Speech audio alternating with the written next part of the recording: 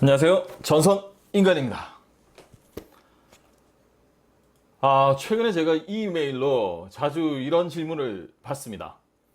도서 리뷰를 하거나 아니면 책을 읽어주시던데, 동화책을 읽어주시던데, 혹시 저작권 침해는 되지 않는가라는 질문을 자주 받는데요. 결국 그 유튜브로 책을 읽거나 아니면 뭐 도서 리뷰를 할 때 저작권 문제에 대해서 물어보시는 거죠. 그냥 이야기를 해드리면 심심하니까 이번 주에 제가 산 책, 남들처럼 좀 있어 보이는 하울 영상이라고 하죠. 이게 쇼핑했던 걸 오픈하는 영상, 하울 영상을 보시면서 저작권 문제에 대해 이야기해 보시죠. 이번 주 제가 산 도서 하울 영상입니다. 교보문고에서 왔습니다. 자, 어떤 책을 샀는지 한번 뜯어보겠습니다.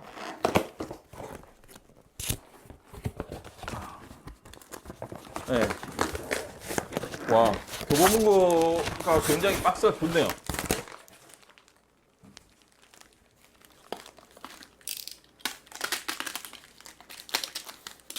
아마 이 영상을 보시는 분들 중에 북튜버가 되고 싶거나 아니면 도서 관련해서 어떤 그 유튜브 컨텐츠를 만들고 싶은 분들이 있으실 겁니다.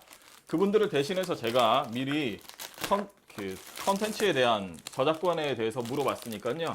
우선 이 영상을 보시면 어느 정도 해결이 되실 겁니다.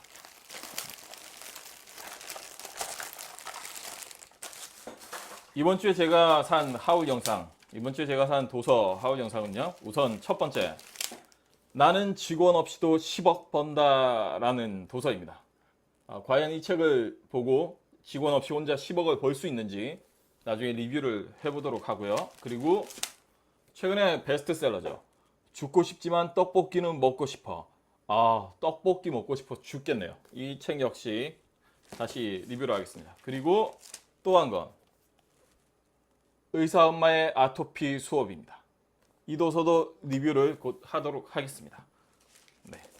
이렇게 책을 제가 4권을 샀고요. 이렇게 책을 4권을 샀습니다. 의사 엄마의 아토피 수업을 2권을 샀네요. 네. 이유는 나중에 다시 말씀드리겠습니다. 자, 그러면 제가 이 책들을 읽어요. 죽고 싶지만 떡볶이는 먹고 싶어. 이 책을 제가 유튜브를 통해서 읽습니다. 그러면 이건 저작권에 걸릴까요? 안 걸릴까요? 그런데 여러분이나 저나 저작권 전문가가 아니잖아요. 그래서 저작권 전문가, 대한민국 최고의 변리사 중에 한 분인 지심특허 법률사무소의 유성원 대표 변리사님께 여쭤봤습니다. 직접 이 자리에 함께 해주시면 좋겠지만, 이 자리에 오실 만한 제가 이 자리에 초청을 할 만큼 대단한 사람이 아니기 때문에 전화 통화로 제가 여쭤봤습니다. 우선 첫 번째 질문, 유튜브로 책을 읽어주면 저작권 침해인가요? 이에 대한 답변은 이렇습니다. 저작권자의 허락을 취득하지 않고 유튜브를 통해서 책을 읽어주는 것은 당연히 저작권 위반입니다. 복잡하게 무슨 몇 조 몇 항 이런 이야기들을 해주셨는데 우리는 그냥 위반으로 알고만 있으면 됩니다. 다만 그 책의 한 단락 정도를 리뷰용으로 읽어주는 것은 저작권법 침해에서 예외로 둔다고 합니다. 그렇기 때문에 여러분들도 도서를 한 단락 정도 읽어주시는 거, 그리고 인상 깊은 문구 정도를 읽어주시는 것은 저작권 침해에 걸리지 않습니다. 다만 그 도서를 쭉 읽어주시거나 도서의 굉장히 많은 부분을 읽어주시는 것은 저작권 침해입니다. 그럼 이런 말씀을 하실 수 있죠. 유튜브에 지금 보면 되게 책을 많이 읽어주시는 분들이 많은데 그분들은 왜 안 걸리냐고 그런 말씀 하실 수 있는데요. 저작권은 친고죄입니다. 즉 당사자가 고소를 하지 않으면 안 되는 것이죠. 이는 저는 제가 봤을 때는 출판업 관계자분들께서 우선은 대단히 착하신 분들이 많기 때문에 굳이 걸지 않는 게 많다고도 생각을 하고요. 두 번째는 아니면 그 해당 채널 유튜브가 유명하지 않아서 몰라서 고소를 하지 않았을 확률도 큽니다. 그러므로 꼭 도서 읽어주실 때 한 단락 정도만 읽어주시는 걸로 기억을 해주시면 됩니다. 자, 그리고 두 번째, 세계 명작 동화나 전래 동화를 읽어주는 것은 저작권 위반이 아닌가요? 라는 질문을 해봤습니다. 이에 대한 답변 역시도 이렇습니다.